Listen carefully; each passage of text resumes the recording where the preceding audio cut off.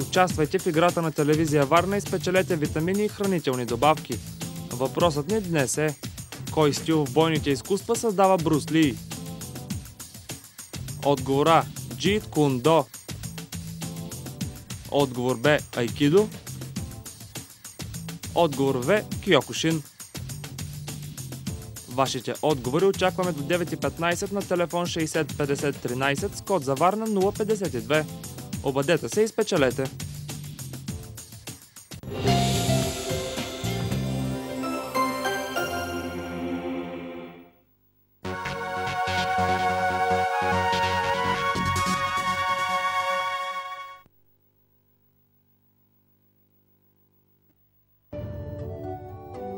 Днес времето ще бъде ветровито с променлива облачност, по-значителна в Северна България. Утрото ще бъде студено с минимални стойности за страната до минус 4 градуса. За Варна минималната стойност ще бъде 2 градуса, а максималната 5.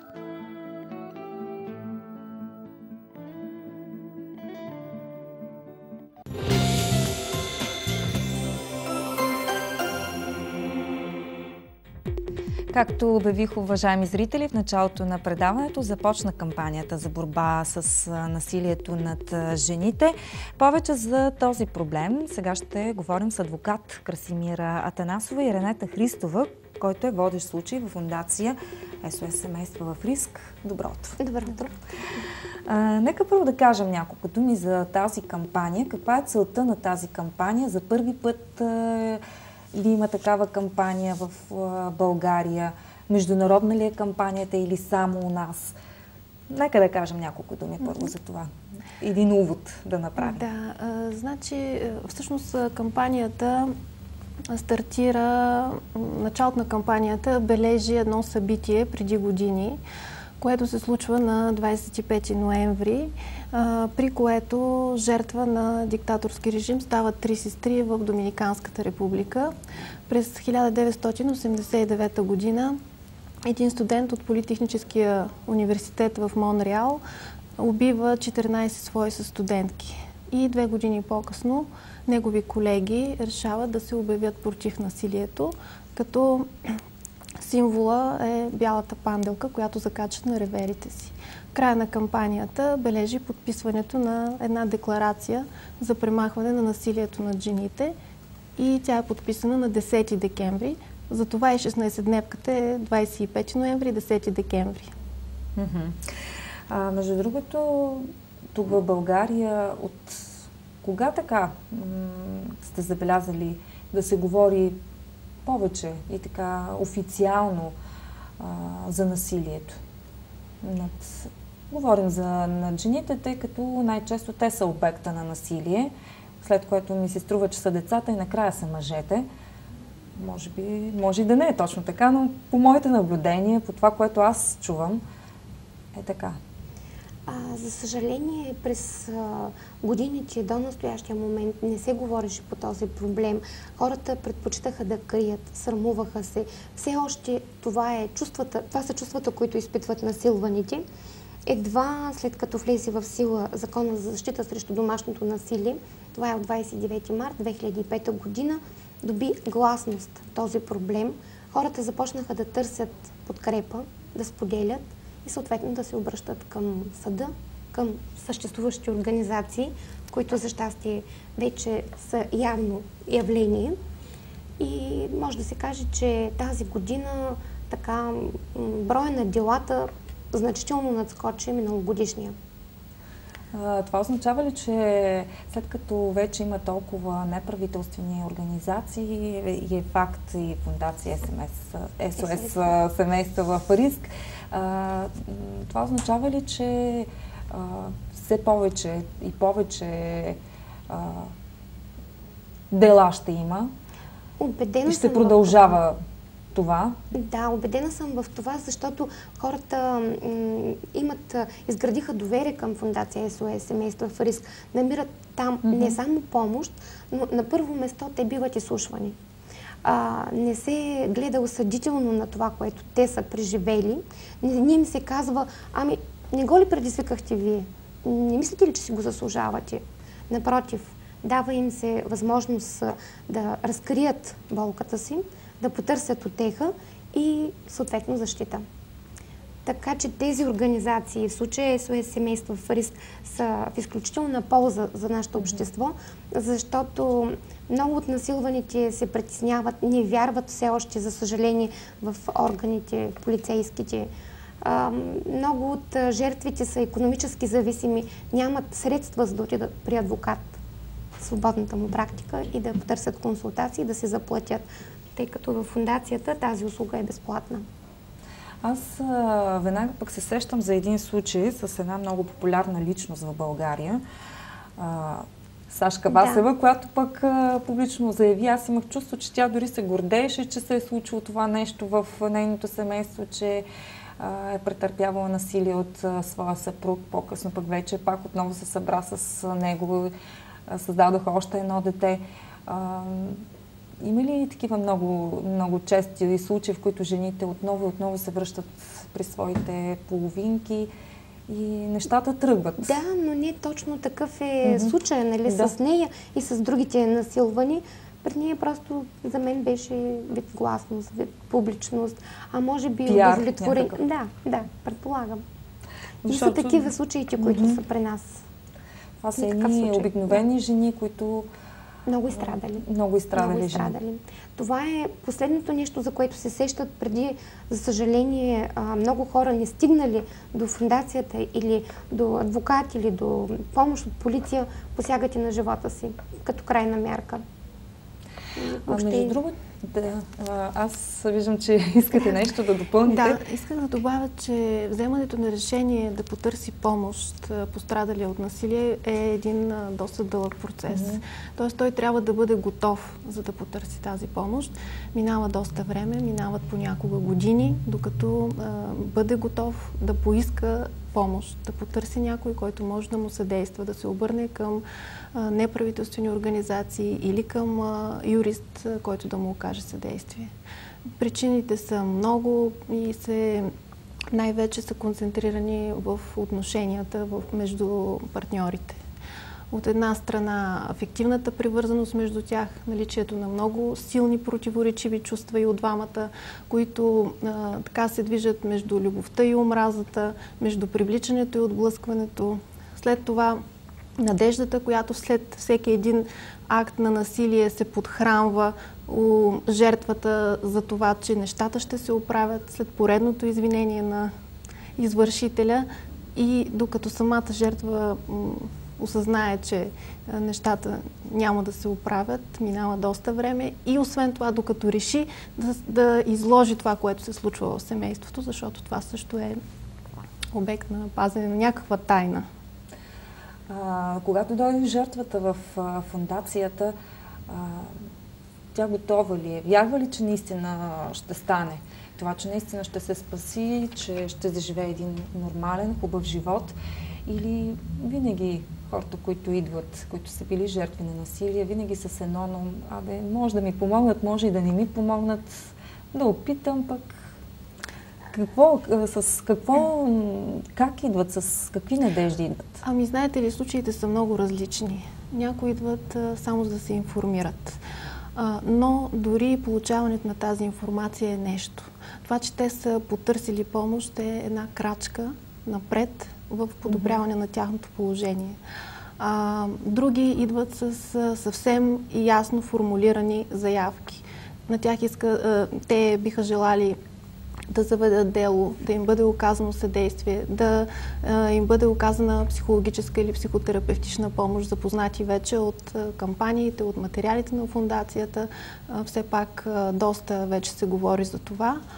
Така че случаите са безкрайно различни. Има и такива, които просто подтикнати от познати, идват невярващи, но това е просто един процес, за който е нужно време.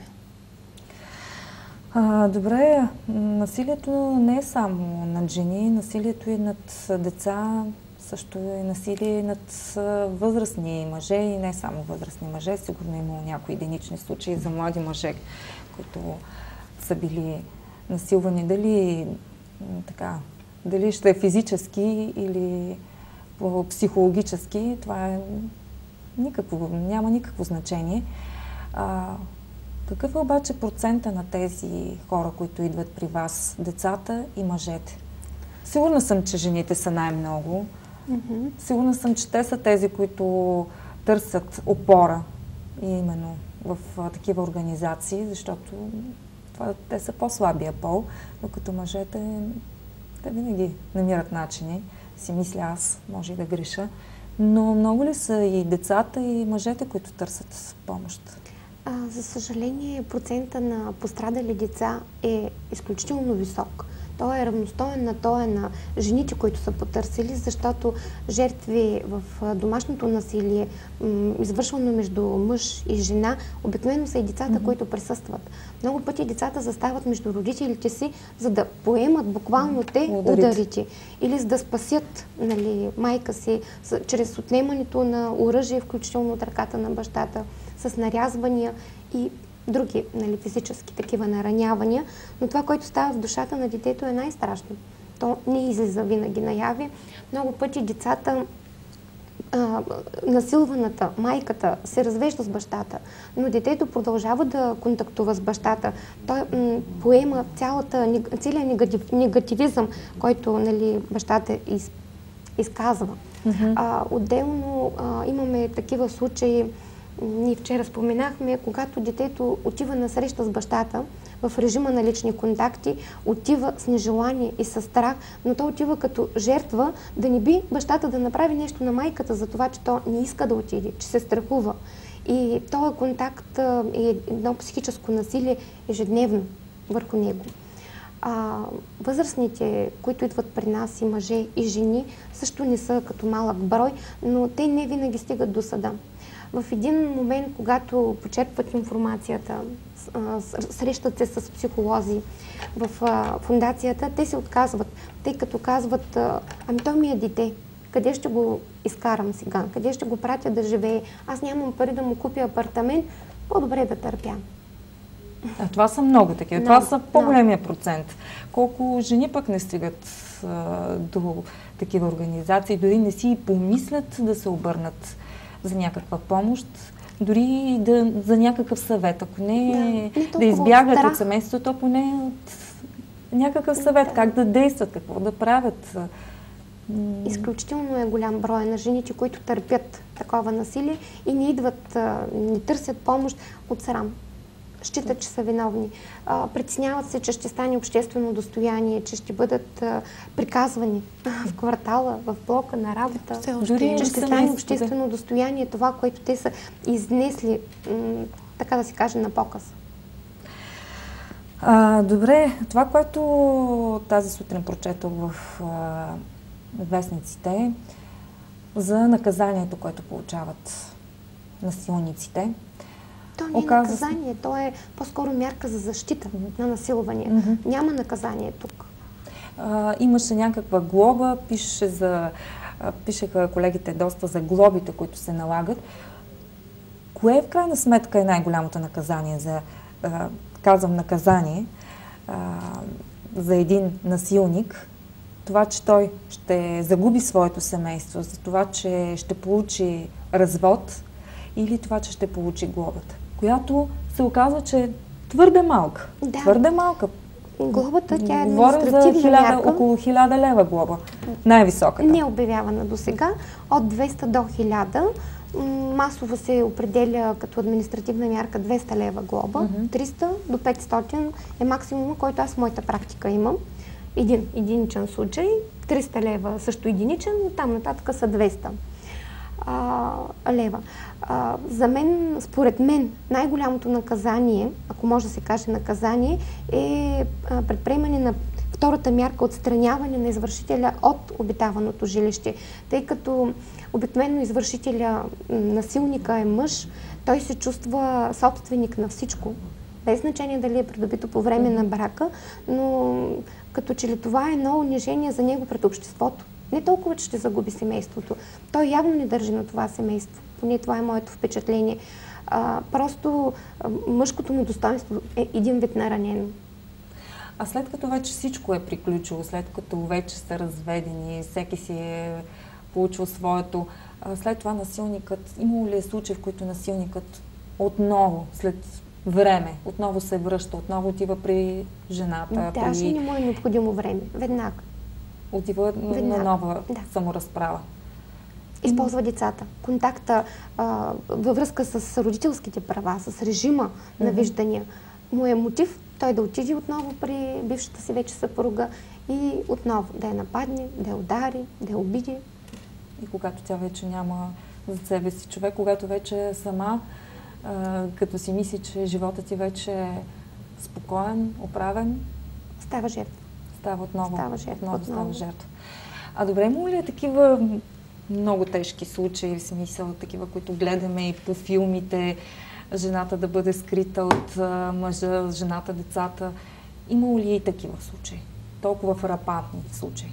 Да, имаме скорощен случай. Жената беше по спешност настанена в дом майка и дете.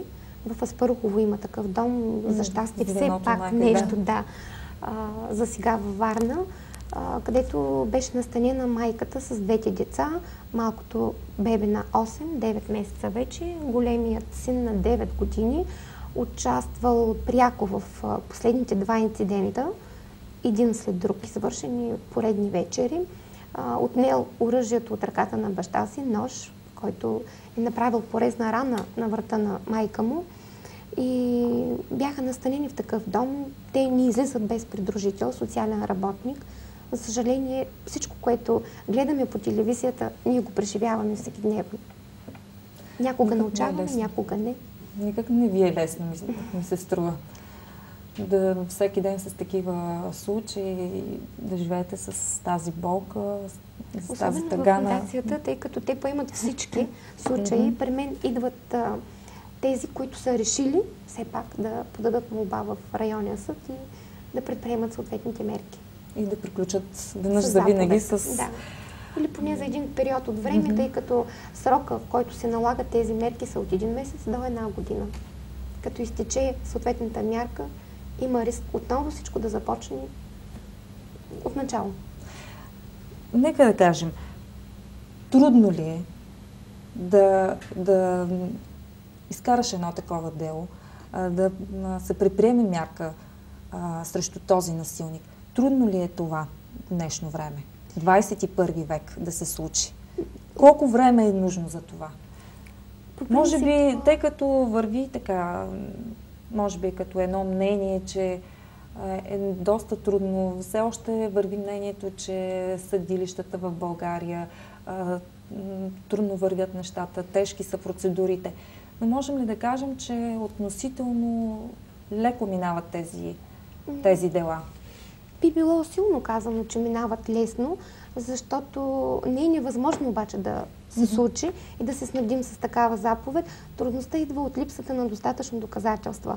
Тоест, нашата гражданска позиция, тук ще използвам възможността да апелирам към свидетелите. Всеки някога, по някаква причина, е станал свидетел на домашно насилие. Когато обаче един насилник отиде и потърси помощ, подкрепа или само някой, който е станал свидетел, да се яви пред съдията, да разкаже какво е видял, какво е чул, какво е разбрал, тогава свидетеля се дърпа назад и казва, мъжа ми не ми дава. Много от случаите, нали? Жена отива при жена, съседка, мъжа ми не ми разрешава. Или казват, не искам да се занимавам, не вярвам. Оттам идва трудността, от доказването. Закона за щастие дава възможност на насилваните да се позоват на една декларация, която съгласно Закона за защита срещу домашно насилие има доказателствена стойност и в много случаи на базата на тази декларация и на медицински се снабдяваме с заповед. Но ако нямаме достатъчно доказателства, срока, за който се издава съответната заповед за защита, е минимален. Месец, 2, 3. А не е максималния. Ние разчитаме на максималния срок, защото в един такъв по-дълъг период от време има по-голяма вероятност както насилника, така и насилвания да израснат, да преодолеят някои неприятности и да решат ще продължат ли, ще опитат ли наново или ще приключат с едно бракоразводно дело. Колко от случаите, хората, които са дошли реално да поискат помощ, не само съвет, са успешни? можем ли да кажем, че процентът е много голям? Да, определено. По принцип, да, защото тръгвайки да търси помощ един пострадал, той все пак има някакво решение и има някакво решение да излезе от ситуацията, в която се намира. Така че 80-90%, дори бих казала дори повече. Малко е процентът на тези, които правят крачка и след това връщат две, не, но или молба връщат, или за момента отказват да продължат в някаква посока. Все пак те имат нужда от време. Има ли случаи от малцинствата да идват при вас, да търсят помощ отново за насилие? Има ли такива? Да, има такива случаи. Тази година също има немалко такива случаи.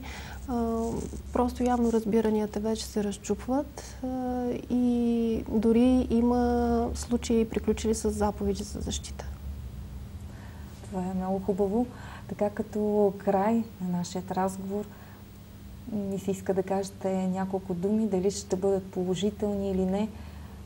Преценете вие. Да кажете няколко думи на нашите зрители. Защото съм убедена, че има и такива, които в момента ни гледат, такива, които са претърпели насилие. Може би, сигурна съм, че има и насилници. Аз бих казала само едно. Не се страхувайте да потърсите своите права. Обърнете се към организациите, обърнете се към, даже ако искате, към медиите. Потърсете вашите права, потърсете вашата защита. Не оставите на някой друг да решава вашата съдба. Моите думи към търпящите насилие ще бъдат тогава, когато решите, че имате нужда от съвет, от някакво съдействие. Обърнете се към СОС Семейство в риск или други организации. Моите думи към агресорите в една връзка са: ако вие решите, че имате желание да овладеете своите деструктивни импулси, елате, обърнете се към организации, включително и към СОС Семейство в риск. Ние сме готови да помогнем и на двете страни от диадата. И да се реши въпросът по най-безболезнения начин. Това е всъщност и целта на всичко. Аз благодаря, че бяхте при нас и ви пожелавам успех в работата, да помогнете на възможно повече хора, защото има нужда. Наистина има такава нужда. И да се надяваме, че и след този разговор, тези, които са чули и имат нужда от помощ, да се обърнат към вас или към която и да е организация, за да си оправят живота, за да им тръгне един нормален, спокоен живот, такъв какъвто всяко едно момиче, всеки един мъж си е мечтавал, още когато е бил дете и девойка. Добре, благодаря много. Сега, уважаеми зрители, продължаваме с един видеоматериал. Става дума за подписването на Ньойския мирен договор преди 88 години. По традиция Варненската организация на ВМРО отбелязва датата с изгаряне на символично копие на документа. Както през последните години, така и тази. Ритуалът бе пред арката паметник на булевард 8 Приморски полк. Договорът е подписан на 27 ноември 1919 година от министър-председателят на България Александър Стамболийски и влиза в сила на 9